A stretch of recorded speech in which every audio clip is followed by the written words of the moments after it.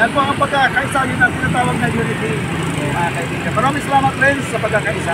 Shoutout mo ngayon, mag-shoutout ka, idol, para i-subscribe pa nila ng mga nandito. Shoutout mga idol, please follow my channel, Renz TV.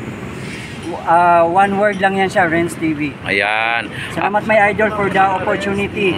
At yun nga, nandito kaming tatlong mga vloggers dito para i-update kayong mga kababayan natin sa ating napakagandang project ng ating butihing Pangulong Bongbong Marcos. Pero ang Pilipinas. pero ang sinusuportahan mo, idol, si Inday Sara. Yes, Ayan. DDS certified. Yan, certified DDS.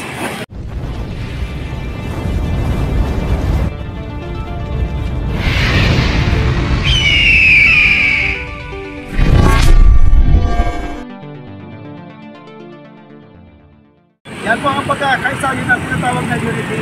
Mga kaibigan. Maraming salamat rin sa pagkakaisa. Okay, wag mo kalimutan i-invite yung mga viewers natin sa iyong channel na mag-subscribe. Ayan, maraming salamat po sa mga viewers. Huwag niyo kakalimutan Papa De channel. Thank you so much po. Huwag niyo kakalimutan sa Rex TV Adventure, guys. Nandito na po sa kabila. Ayan. Sige, idol, i-shoutout mo ngayon, mag-shoutout ka, idol, para i-subscribe pa nila ng mga nandito.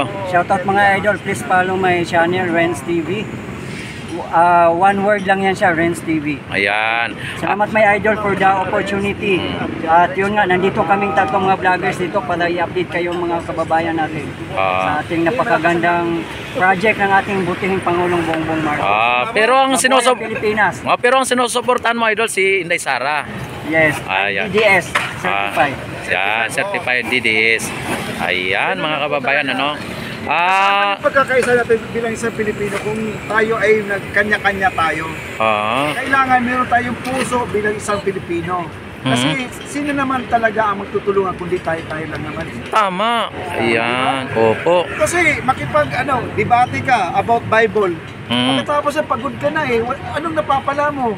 Nag-ikot-ikot lang ang inyong kwento. Nag-ikot-ikot lang kasi nagpapagalingan kayo ng sagot, ng idea at mga malalim na sagot, malalim na Tagalog. Pero anong nangyayari? Wala. Pagdating mo sa bahay, gutom, pagod. Ang tawag nyo na, idol, alam mo kung ano? Pataasan po ng kaalaman, pataasan ng ihi. Yun nga.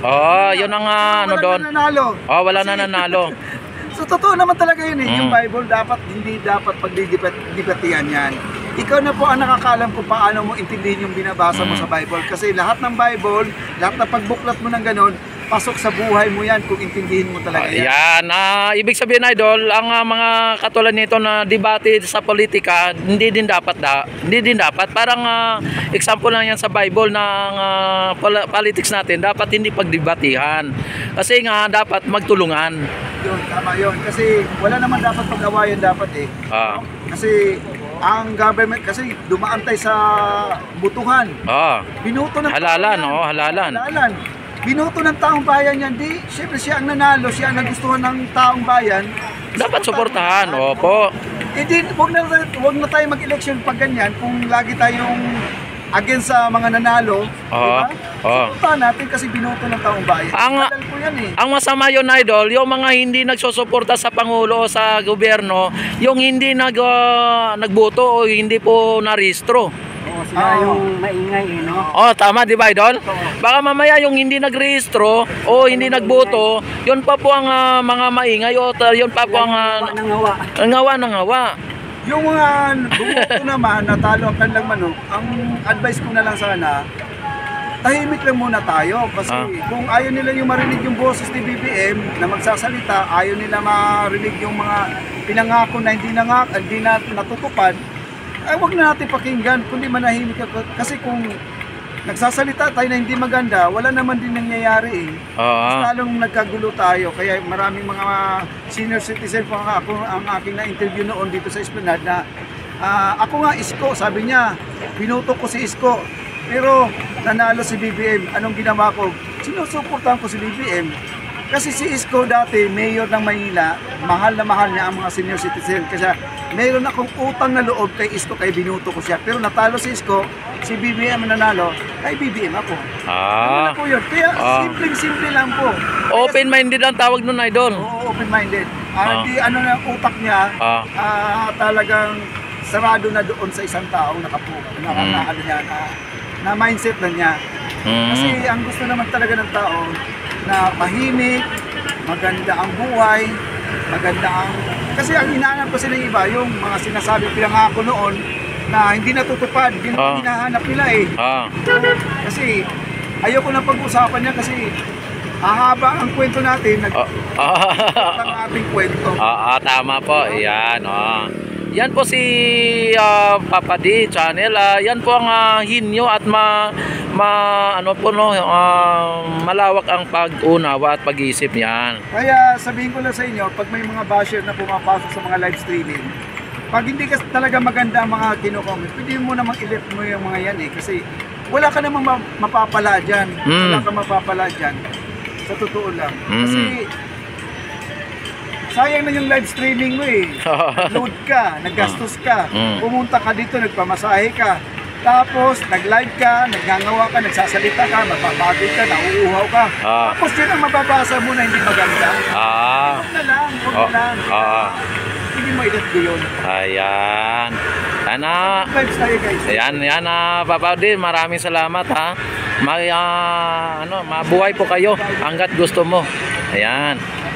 A few moments later. Yan, dito po yung yung ating sekretary Yan, at sila ng inspection sila dito mga kababayan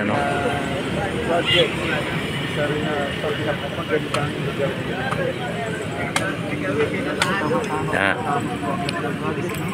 Nag-inspection sila dito mga kababayan at yung dito. Yan, talagang nagbigay po ng instruction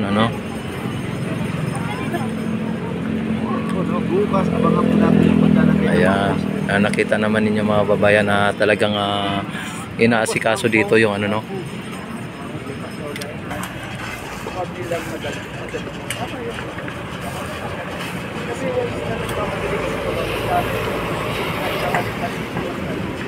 Gano'n na, habang ginagawa ko, kahit mga bagay. Pinakinis na nila mga kababayan Grabe yan pinapakinis po nila. At dito Pag-drawing kasi walang gano'n na yung talagang pag-drawing. Diba? Pag-drawing niya, tama doon. At dito tayo, akit tayo dito.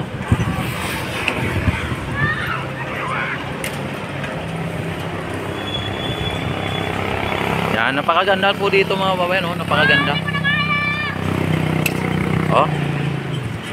Ayan.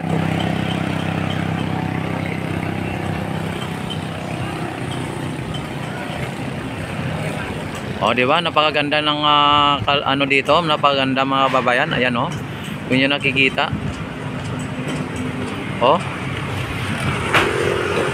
Parang wala lang po kayo sa Pilipinas pag nandito kayo kapag nakita nyo po ang mga ganitong mga building, mga matataas, iconic bridge.